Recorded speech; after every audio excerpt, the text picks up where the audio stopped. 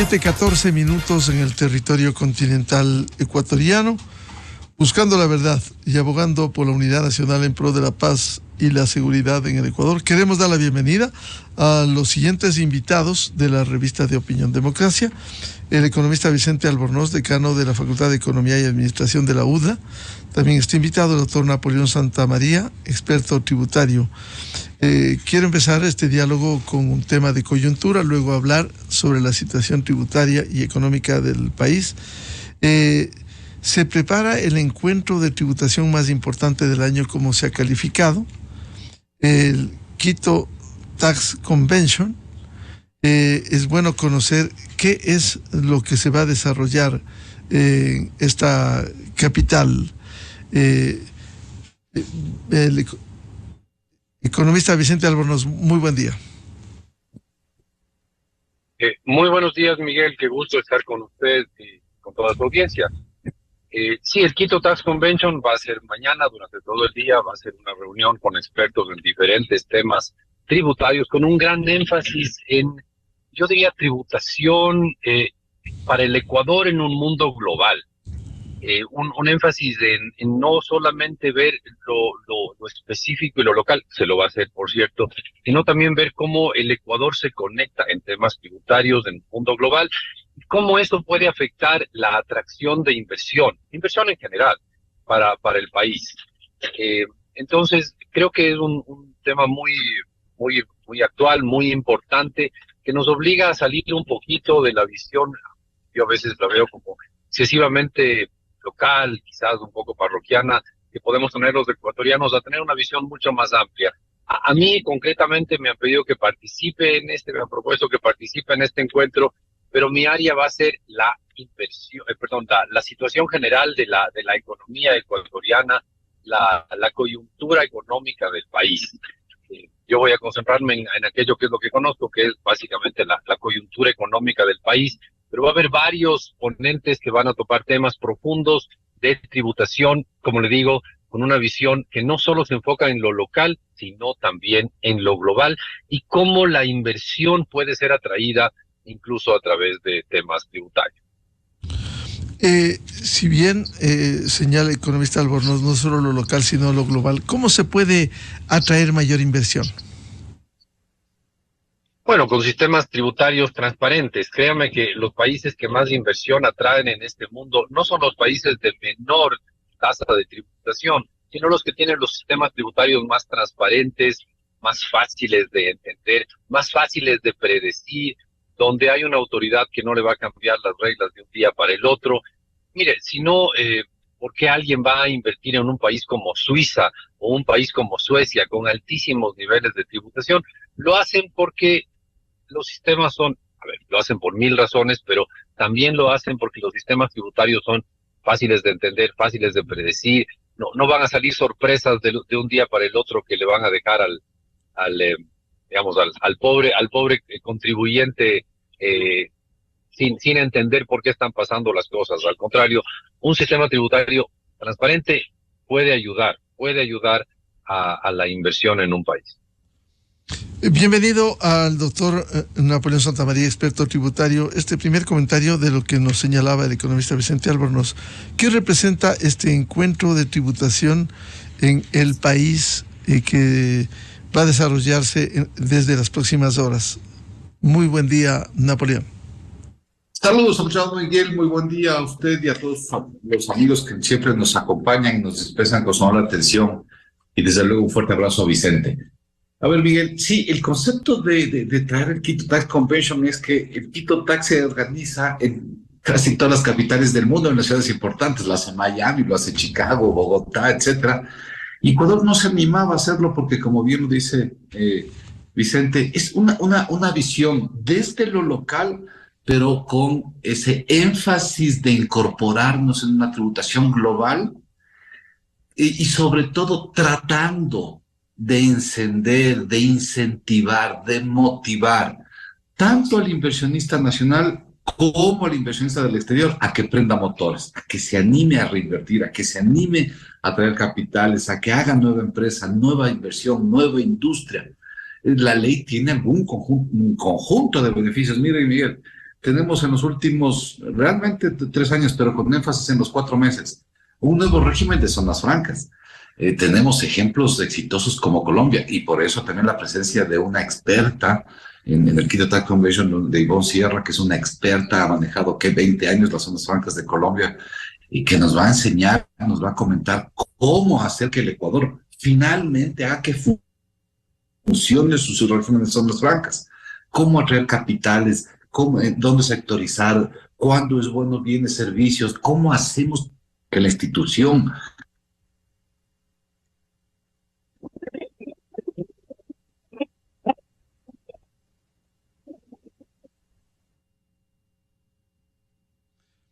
se nos fue el audio, doctor Santamaría, por favor, para que continúe desarrollando su idea.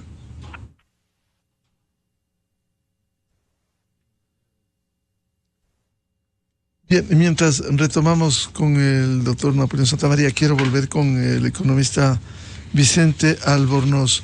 A ver, descríbanos cómo está el sistema tributario ecuatoriano, cómo hemos evolucionado frente a otros sistemas, economista Albornoz. A ver, creo que hemos evolucionado hacia un sistema que más conectado con el resto del mundo, lo cual es bueno para la mayoría de contribuyentes y les complica la vida a unos pocos contribuyentes. ¿A qué me refiero con que hemos evolucionado hacia un sistema más conectado con el mundo? Nada, la autoridad tributaria ecuatoriana intercambia cada vez más información con autoridades tributarias del resto del mundo, intercambia cada vez más información con el IRS norteamericano, lo cual debería dar tranquilidad al buen contribuyente, ¿no? Al que no tiene nada que esconder, al que hace las cosas con transparencia. No debería ser un tema relevante. Supongo que habrá algunos contribuyentes que no se sienten cómodos con esto, lo puedo entender, pero creo que ha evolucionado en esa dirección. Creo que el enfoque del SRI ecuatoriano, los últimos dos gobiernos y medio, ha sido un enfoque menos punitivo, más simplemente de ejecutar normas que deberían ser transparentes y fáciles de ejecutar. Por otro lado, sí, tenemos un gobierno desfinanciado, y un gobierno desfinanciado necesita cobrar impuestos. Entonces,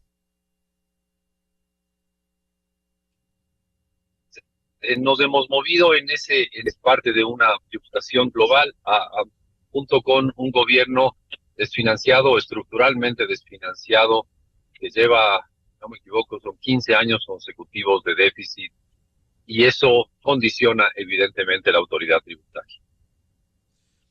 Doctor Napoleón Santamaría, para que termine la idea que estaba desarrollando por un lado, y por otro esta pregunta que le formulamos a Vicente Albornoz: ¿cómo estamos en materia con nuestro sistema tributario? Entonces, Miguel, perdóname, esta comunicación se cortó, pero yo lo que decía entonces, ese es el hecho, ¿no? Que la tributación sea en este Tax Convention mencionada, analizada, pero desde una perspectiva de que trate de encender esto de la motivación para que se atraigan capitales y los nacionales se reinviertan, que no nos pasemos una economía rentista, que no es una economía pasiva. Realmente el país necesita prender motores, y creemos que estos son mecanismos para acceder. El país tiene que entender que ahora el sector privado tiene que tomar la batuta del desarrollo de esta nación. No hay un mecanismo para que el sector público siga con ese sistema de hace 10 o 15 años, donde el gasto del sector público es el que mantenía las finanzas públicas y la economía del país. Y de ahí, ¿cómo hacer una mirada para que la tributación funcione? Mire, Miguel, si las últimas reformas han sido realmente creando oportunidades, digámoslo así, pero comenzamos a ver, hasta ahora, vemos que todavía son incipientes esas iniciativas para tomar. Mire, le comentaba, tenemos un régimen de zonas francas, pero todavía no se han creado. Y mire que nuestra ley dice que las zonas francas se pueden crear tanto en iniciativa pública cuanto en iniciativa privada. Yo privado voy y le digo al público, voy a crear esta zona franca para hacer determinado producto, determinado bien, servicio, logística, etcétera, pero eso todavía, esos pasos sólidos todavía no se han dado. 2 alianzas públicos-privadas, también tenemos una regulación de alianza público-privada para que se haga obras activos fijos públicos o servicios administrativos públicos de forma delegada, mixta con el sector público, y hay que establecer mecanismos de control y de seguridad, que todo se haga a través de propiedad fiduciaria, para que el fideicomiso público es el que controle los fondos, redistribuye entre el público y el privado, con reglas un poco más claras, etcétera. Pero también ese paso no se ha dado, y ojo que en el ámbito público privado tenemos esa dualidad, una alianza pública nacional o subnacional, y esa es la invitación también, que no solo el gobierno central sea el que esté atento de eso, sino los regionales también, y en los municipios pueden crear sus APPs con empresa privada para determinados bienes y servicios de sus competencias, desde luego, ¿no? Pero también ahí hay una oportunidad. O tres, Miguel, el tema de nuevos contratos de inversión. La ley trae nuevos contratos de inversión. Venga usted, empresario nacional, empresario del exterior, haga un contrato con el Estado ecuatoriano, con el Ministerio de la Producción, y establezca, no, ¿qué quiere hacer usted? Yo quiero el pitahaya, aguas, por favor. No, yo quiero hacer plásticos. No, es que yo quiero hacer, etcétera. Bueno, ¿qué quiere hacer usted? Pongamos esto en un contrato, que se llama contrato de inversión, démosle un plazo al contrato, démosle los beneficios tributarios del caso, en ese caso baja 5% de la tarifa del impuesto a la renta, no hay ICD, no hay aranceles, hay un conjunto de beneficios, pero usted, a cambio, haga la empresa y genere empleo. Eso me pone la ley como condición. Haga la empresa, genere servicios y creen empleo. Y entonces, estas y muchas más, hay en turismo, hay energías renovables, hay algunas cantidades. Y esto es lo que se trata de aprender en el Quito Tax Convention, mi querido Miguel, comentar, analizar, debatir sobre estos temas para que finalmente, insisto, sea el motor, el incentivador para que la economía ecuatoriana se prenda. Claramente vemos que, le doy un dato que él decía, no sé si se escuchaba, pero Colombia recibió el año anterior 13,000 millones de inversión, y Perú 9,000, y el Ecuador nos llega a 370 millones. Sí, Colombia 40 veces, Perú 30 veces más, cuando esas economías solo son el doble o el triple de la nuestra, o sea, 2-1, 3-1, pero ellos están recibiendo 40 veces más, 30 veces más. Claramente el Ecuador no está haciendo bien su tarea para ser un país serio, un país que respeta lo que dice, que mantiene sus normas jurídicas y sus instituciones a larga data, que no vienen salvadores ni revolucionarios a dañar y cambiar todo, y que no hay jueces corruptos, o hay muy pocos jueces corruptos que saben administrar justicia a la inversión extranjera. Bueno, este conjunto de beneficios creo que yo comparto con Vicente esa visión, ¿no? Hay que salir un poco de las paredes del Ecuador, hay que comenzar a ver un Ecuador insertado en el mundo con una visión mucho más global, Miguel. Doctor Santamaría, por lo que usted señala, ¿por qué al Ecuador viene todavía? ¿Cuál es la explicación? Inversión menor a Perú y Colombia, al menos conectado con el sistema tributario. Mire, hay algunos temas que se han estudiado, ¿no? El primero es este mensaje difuso. Mire, en Perú, le puedo poner ejemplos así, en Perú no se les ocurre a ningún presidente, a ninguna corte constitucional y tampoco a los ciudadanos votar para cerrar campos petroleros. Y Colombia tampoco hace esas locuras. Bueno, en Ecuador, que somos un país un poquito con un PIB per cápita un poquito más bajo que Ecuador y Perú, sí nos tomamos esas atribuciones y nos damos esos, entre comillas, bien lujos de ir a una consulta y decir, sí, cierren nomás el campo 19 bloque ITT porque por X razón, sí, por preservar el medio ambiente. Pero por el otro lado, si exigimos derivados subsidiados, estos mensajes absolutamente equívocos, absolutamente disímiles que hacemos como país, como nación y como ciudadanos, nos ha costado. Lo mismo en minería. A los hermanos de Cuenca se les llamó a una consulta y dijeron, no quiero minería. Lo mismo nos pasó a los quiteños o pichinchanos. Cuando dijeron, Chocó, dime qué, le dijimos no. Entonces, estos mensajes donde el inversor dice, no quieren los ecuatorianos, parecen inversión minera, no quieren inversión petrolera. Y lo hemos conversado con Vicente, nos sorprende el Pangui y la provincia de Zamora Chinchipe, cuando vemos que esa provincia, y ese cantón, el Pangui, hoy día es la 11ª ciudad importante de recaudación, claramente marcado porque hay una fuertísima inversión minera. Entonces, ¿Qué es lo que ha pasado en el país? Que aparte de estos mensajes diciéndoles, el país no es responsable con sus políticas públicas. La política pública debe tener claramente definido programas y proyectos de desarrollo. Y estos van, en el Ecuador los hemos cambiado permanentemente. Hace 20 años teníamos zonas francas, hace 16 años las quitamos, las eliminamos y pasamos a las celdas y dejamos las viejas zonas francas. Nunca funcionaron ni las zonas francas ni las celdas. Hoy volvemos a retomar porque vimos que es un abandono, un error que el correísmo haya eliminado zonas francas y nos haya quitado la posibilidad de desarrollarnos por ahí. Pero esto no debería pasar. Un país serio, un país responsable, un país que viera futuro, por el contrario, solidifica sus instituciones, ve que no se cambien las reglas de juego en larga edad, se actualicen, se modernicen, eso sí, pero que no se cambien radicalmente, no debe ser sí, no. Este país debe comenzar a pensar en esto distinto. Nuestra forma de presentarnos al mundo en el concierto internacional no es la mejor. Y tenemos que cambiar esa visión. El Ecuador hoy día no tiene una imagen respetable y debe verse a la inversión extranjera. Y por lo tanto, entre otros, estos son las razones por las que la inversión extranjera no decide venir al país. Miguel, y aquí debemos ser absolutamente claros. A los comentarios acertados del Vicente era, bueno, ya no tenemos regalías petroleras, o cada vez son menores. Este año más o menos se van 1.200, 1.300 millones de dólares del neto de regalías petroleras. Minería nos está dejando entre 700 y 800 millones de dólares, las empresas públicas 200 millones, y los demás 15.700 millones son impuestos. Y no tenemos más, Miguel. Amigos, si ustedes no tienen más como nación, ¿no? No hablo de empresa privada. La empresa privada sí tiene cada vez solidificarse, ser más fuerte, crecer, etcétera. Pero como sector público, como nación, no hay más. Por lo tanto, si es que no tenemos ninguna otra carta de juego, la única que le queda al país, la única es ser serios, responsables y traer inversión extranjera para generar empleo, para generar industria, para producir bienes, servicios, para exportar, para generar riqueza. Miguel, el concepto es generar riqueza. Este país le falta generar riqueza. La única manera de acabar la pobreza es generando riqueza, Miguel.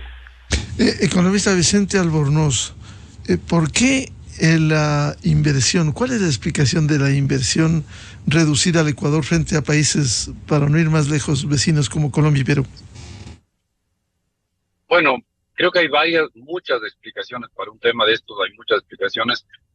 Concuerdo mucho con Napoleón en algunas. Por ejemplo, en Colombia nadie ha hecho una consulta popular para prohibir la explotación petrolera en algún campo importante de Colombia, ¿no? Y yo no sé si es que los colombianos tuvieran una consulta de esas, si es que votaran tan abrumadoramente a favor de prohibir producción, ¿no? Yo creo que en Colombia y en Perú hay una actitud de la sociedad un poco más gentil, más generosa hacia los productores. Entonces, si es que el Ecuador decide prohibir la producción petrolera, no estamos generando el ambiente adecuado para atraer inversión extranjera a la producción petrolera. No es lo que hay que hacer. Lo mismo con la minería en una zona de Pichincha, etcétera, etcétera. No estamos creando el ambiente adecuado para atraer más inversión. Pero yo creo que una de las formas en las cuales uno sí puede atraer más inversión es cuando se tiene un sector productivo bien informado de las normas tributarias. Eso me parece a mí clave, que el sector productivo conozca las normas tributarias y las sepa aprovechar. Por ejemplo, las zonas francas. No, las zonas francas no son una varita mágica que va a resolver todos los problemas de la economía, pero dan ciertas herramientas que permiten, que facilitan cierto tipo de inversión. Entonces, ¿qué es lo que necesitamos? Necesitamos un sector productivo que entienda bien cómo funcionan las zonas francas y entienda que para cierto tipo de inversiones puede ser una herramienta útil. Y creo que la Quito Tax Convention va a hacer justamente eso. Va a tratar de transmitir al sector productivo ecuatoriano ideas de cómo entender, más bien, va a tratar de transmitir la forma en que están funcionando ciertas nuevas reformas tributarias en el país e ideas de cómo aprovechar esa nueva estructura tributaria en el país. Yo creo que ese es el gran mérito de la convención que empieza mañana, que es durante el día de mañana, el transmitir nuevas normas, o sea, cómo funcionan las nuevas normas tributarias en el país y dar ideas de cómo puede el sector productivo aprovechar eso. Créame que en Colombia y en Perú no les cobran menos impuestos a la inversión extranjera. Los niveles de carga tributaria son similares, incluso hasta más altos en los países vecinos que en el Ecuador. El Ecuador tenía hasta hace poco uno de los IVAs más bajos de la región y ahora recién estamos acercándonos al promedio de la región. Pues no es que el Ecuador cobra demasiados impuestos, quizás lo hace de una manera que no es fácil de entender para el contribuyente. Y yo sí creo que en esto el aporte de la Quito Tax Convention es transmitir al sector productivo que hay unas normas que bien entendidas pueden ser aprovechadas. Y el caso específico de las zonas francas, insisto, no es una varita mágica que nos va a solucionar todos los problemas, pero sí para ciertos sectores específicos, sí para ciertas áreas específicas de la economía, puede ser útil y solamente se va a aprovechar si es que se la conoce bien. Economista Albornoz, ¿cómo darle certezas y no esos cambios periódicos que ha habido en reformas tributarias en el Ecuador, que también eso no genera seguridad jurídica? No, eso no genera seguridad jurídica, es verdad. Lo peor que se puede hacer con impuestos es cambiarlos cada 6 meses, eso es verdad. Y todavía creo que en el Ecuador no hemos llegado a una actitud en la cual podamos decir, no, las normas tributarias ecuatorianas en términos generales no van a cambiar en los próximos 2 años. No hemos llegado a eso todavía en el Ecuador. Pero creo que, nuevamente, un mejor conocimiento de la estructura tributaria, un mejor conocimiento de cómo funciona el Estado en su proceso de cobro, de cómo funcionan otros países que están relacionados con el Ecuador, Colombia, Estados Unidos, le va a dar al sector productivo más herramientas, incluso para quejarse cuando le cambian las normas constantemente. Porque yo creo que eso sí es una le voy a decir con toda la ironía del caso, ¿no? Una buena herramienta para reducir la inversión extranjera, el cambiar constantemente las normas. Pero mientras más sepamos de las normas, más herramientas vamos a tener para protestar cuando nos cambien las normas.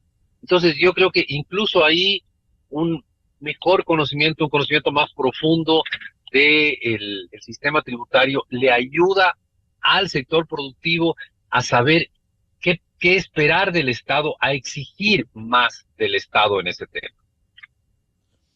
Doctor Napoleón Santamaría, lo que le preguntaba a Vicente Albornoz, el tema de la inestabilidad en las normas, podríamos citar y añadir, hace poco se puso en vigencia el aumento de nuevo del impuesto a la salida de divisas, el tema del IVA. De alguna manera, más allá de juzgar la necesidad que tiene un Estado, una caja fiscal casi vacía, el no dar certezas tributarias, ¿cuánto afecta? Definitivamente, Miguel.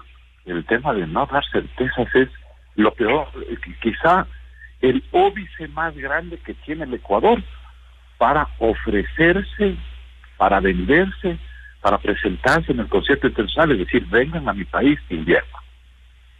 Y es que a veces puede haber cambios, claro que sí. Antes no les cobrábamos a prestadores de servicios desde el exterior, por ejemplo, todo lo que es e-commerce. Hoy sí les cobramos al menos el IVA. Falta el Ecuador que avance en servicios tecnológicos, servicios digitales, hasta el cobro del impuesto a la renta. Falta ese capítulo. Pero bueno, estos son cambios, pero son cambios porque la modernidad nos viene, porque hay nuevos paradigmas que van cambiando las relaciones económicas, la forma de hacer actividades productivas, negocios, etcétera. Pero lo que ha hecho el Ecuador es casi un consulto, ¿no? Mire, el ISD, el impuesto al servicio, se crea allá por el 2008 con el 0.5. Y el speech era, no, este no es un impuesto de Ecuador, solo es un impuesto para que me indique un indicador, un impuesto seguidor que se llama, para saber dónde están los dineros de los ecuatorianos que están sacando del país. Muy bien. Inmediatamente, 2 años después, se subió al 1%. Después se subió al 2%. Y finalmente del 2% trepó directamente al 5% y se quedó durante gran tiempo al 5%. Y ahí, cuando ya suben 5%, se convirtió en el tercer impuesto más importante de recaudación. Primero el IVA, segundo el impuesto de renta y tercero el ISD. Y de pronto el país decidió que hay que comenzar a bajar el ISD. y lo bajamos del 5 al 4, después al 3.75 y Lazo dejó el decreto diciendo que tiene que bajar y en este año técnicamente debería aparecer en el 3 y el próximo año el 2 y en el 1 desaparecer. El presidente Novoa lo que ha dicho es que abriendo la caja fiscal y las finanzas públicas no se puede seguir dando los ecuatorianos, Miguel, entonces nos damos unos lujos que no se compadecen con las finanzas públicas y privadas, ¿no? Entonces, lo que se hizo finalmente en la última forma es volver a subir el índice del 5. Mire, ¿a quién le afecta este tema? A los importadores, fundamentalmente. Entonces, cuando subió el ISD, ¿qué hizo el importador? Subió el precio, nada que hacer. Cuando bajó el ISD, ¿qué hizo el importador? Nada, no bajó el precio, o lo bajó mínimamente. Y cuando volvió a subir, como pasó ahora, ¿qué pasó? Volvió a subir el precio. Estas cosas, pero cuando, claro, Vicente, como gran economista, de estas cosas tan elementales, ¿cómo es que hacemos tan mal los ecuatorianos? Sí, hasta lo elemental lo presentamos muy mal. Si es que nos sentamos algún día a discutir todo un día por qué bajaron el ISD, ¿cuál es la acción de haberlo bajado cuando ya estaba en el 5? La verdad es que no vamos a encontrar mucha masa gris ahí en el tema. Entonces, ¿qué me parece a mí? Que hay que recoger nuevamente en instituciones. Me parece que el SRI debe dejar de ser un apéndice del gobierno. Del director del SRI debe tener un rango de superintendente, debe tener otra forma de nominación.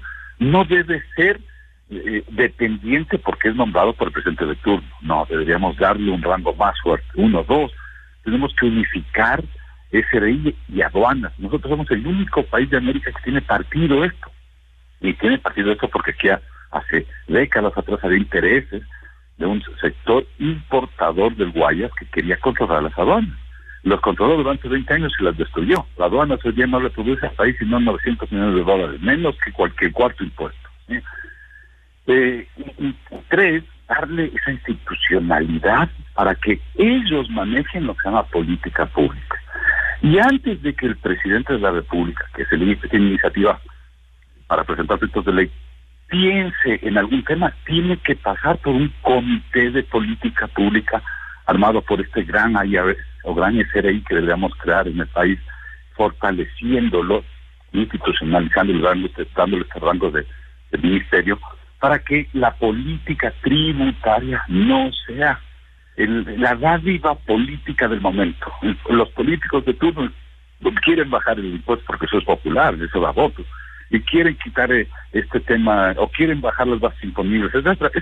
Esto no puede seguir manejándose así. Necesitamos reestructurar la visión del país, como lo tiene Perú, por cierto, con toda esa institución de la SUNAT súper fuerte que maneja impuestos nacionales, impuestos aduaneros y seguridad social, y el IES.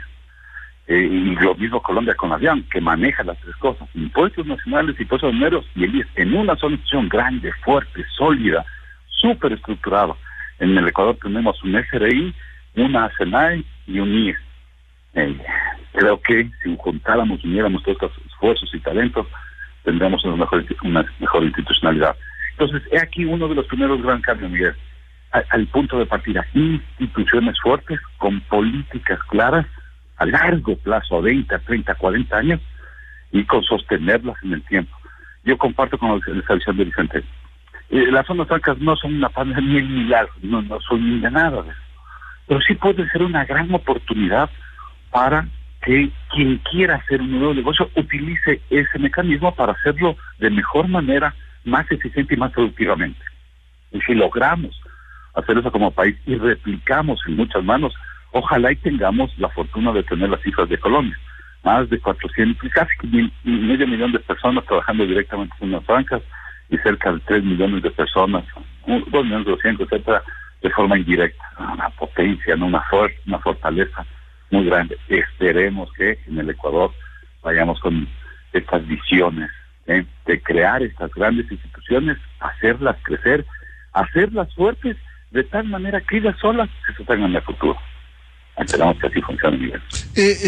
Para concluir este diálogo y luego saber las conclusiones, economista Vicente Albornoz, ¿qué se debe esperar desde una visión del análisis del tema tributario de la cita Quito Tax Convention? Creo que se debe esperar información, ideas, incluso actitudes que pueden ser útiles para los inversionistas en el Ecuador, que estén interesados en basarse, en usar, en apoyarse en el sistema tributario ecuatoriano para atraer más inversiones. Creo que el gran aporte del Quito Tax Convention será capacitar, si usted quiere, acercar, incluso hay un espacio para que conversen entre sí los ponentes extranjeros con los nacionales, los ponentes del sector público, conversen con los asistentes del sector productivo privado. Creo que es un punto en el que va a haber ideas, va a haber propuestas, va a haber información y va a haber espacios de conversación, porque creo que una de las herramientas centrales para mejorar muchas cosas en la economía ecuatoriana y muchas cosas en el Ecuador es dialogar más. Tenemos que sentarnos a conversar con toda la gente que nos rodea, con los que opinan de manera similar y con los que no opinan de manera similar. Solo así podemos llegar a ciertos consensos básicos. Yo creo que uno de los grandes problemas del sistema tributario en el Ecuador es la falta de consenso. Es decir, no tenemos claro cómo deberíamos cobrar impuestos, no tenemos claro a quién deberíamos cobrar impuestos, no tenemos claro por qué deberíamos cobrar impuestos, no tenemos claro por qué las aduanas no están fusionadas con el SRI, por ejemplo.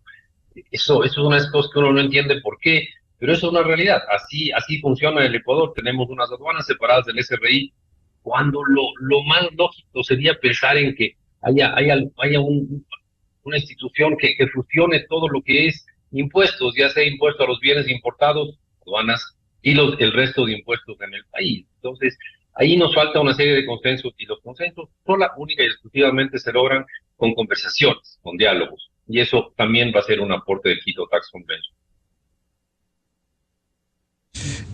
Doctor Napoleón Santamaría, ¿qué debiera esperarse, como bien señala el economista Albornoz, de este encuentro de tributación Quito Tax Convention? ¿Qué debiera esperarse?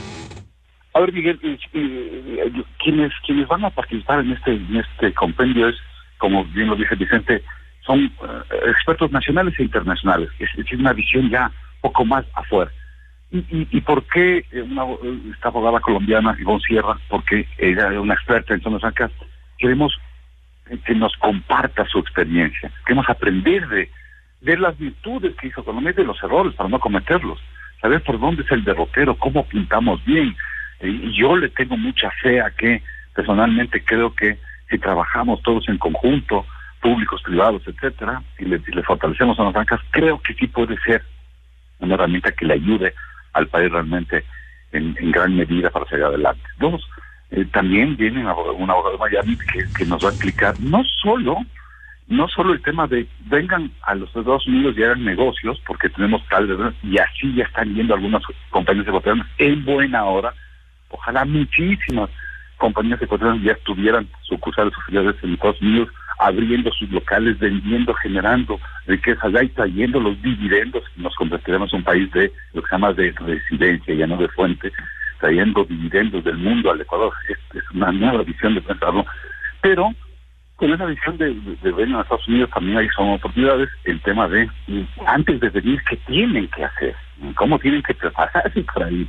Porque no escoger hacer la maleta e irme a tratar de hacer negocios en Estados Unidos. No, hay que preparar su industria, su empresa, su negocio, su finanzas, su contabilidad, su régimen fiscal, muchas cosas. Y nos van a explicar cómo funcionan los intercambios de información. El Ecuador con Estados Unidos tiene un sistema de intercambio de información para que la IRS de los Estados Unidos le comunique al SRI y viceversa la información de depósitos, cuentas bancarias, bienes, activos, etcétera, que tengan los ecuatorianos afuera, y viceversa, ¿no? Pero para lo que nos interesa a Ecuador es de los ecuatorianos que cuentan afuera. Y entonces, ¿qué deben hacer? ¿Cómo deben reportar? ¿Qué es el BOID? Bueno, un conjunto de requisitos que ya ha puesto la IRS en los Estados Unidos para que esto comience a funcionar cada vez más fuerte. Y luego, esa visión de públicos y privados, ¿no? Para que veamos cómo hacemos esa visión de Vicente, que es interesantísima, ¿no? Ya no el punitivo, el SRI malísimo que viene y me quiere quedar. No. El que se sienta, conversamos, buscamos un camino. Capaz que me equivoqué, entendí mal la norma, no supe aplicarla, no sabía desconocía de la aplicación, pero me siento y busco el mecanismo para que se convierta una vez, cumplo mis obligaciones, pago lo que en justo derecho tengo que pagar de mis impuestos, pero lo encuentro más ese sentido aliado a la acción tributaria para que el empresario decida arriesgarse, a invertir. Y finalmente el producto lo que se quiere, Miguel, es que luego de todo este debate, de cruces de ideas, intercambio de opiniones, etcétera, se llega a tener elementos sensibles. Y esos elementos sensibles van a pasar a un proceso de investigación, ¿sí? El aval académico del Quito Tax Convention lo provee la Universidad de Indoamérica y vamos a trabajar con nuestra universidad para que los puntos más sensibles se queden escritos en un papel. Esperamos que sea una propuesta de reforma al reglamento a la ley, porque espacio para una nueva ley tributaria creemos que no hay, pero sí una propuesta al presidente de la República diciéndole, mire, hay que hacer estos ajustes en el reglamento de la ley de régimen tributario para tratar de impulsar aún más lo que queremos, generar empleo, atraer inversiones, despertar la reinversión nacional, y por lo tanto le sugerimos, presidente, después de estos debates, después de estos análisis y después de haber hecho un trabajo de investigación, estos cambios en el reglamento y presentarle al presidente de la República como un documento a posteriori de la Quito Tax Convention. Bien, muchas gracias al economista Vicente Albornoz y al doctor Napoleón Santamaría por ilustrarnos este evento que en las próximas horas se instala en Quito, Quito Tax Convention, el encuentro tributario más importante del año. Muy amable Vicente, y a Napoleón. Un gusto estar con ustedes. Enseguida, en la revista de Opinión Democracia. 7:51 minutos en el territorio continental ecuatoriano.